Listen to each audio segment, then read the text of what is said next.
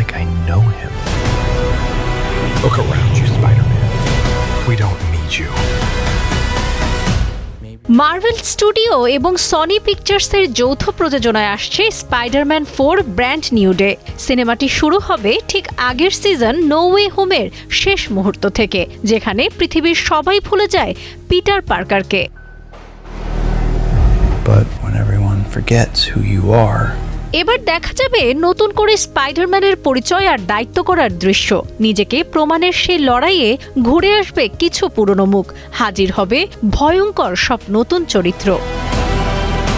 you think you're saving them?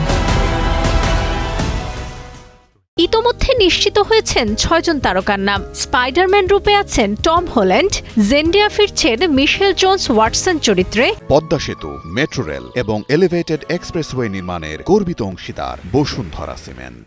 Jacob বাতালন থাকছেন নেড Leeds চরিত্রে, অন্যদিকে ভয়ঙ্কর ভিলেন হিসেবে ফিরছেন মাইকেল ম্যান্ডো। Spider-Man.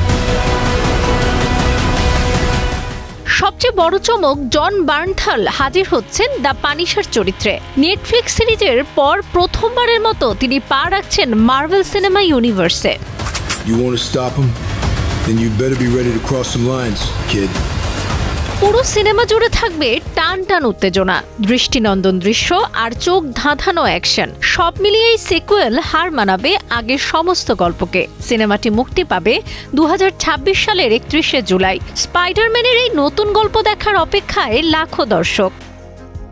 সাবরিনা কাজী, কালের কণ্ঠ।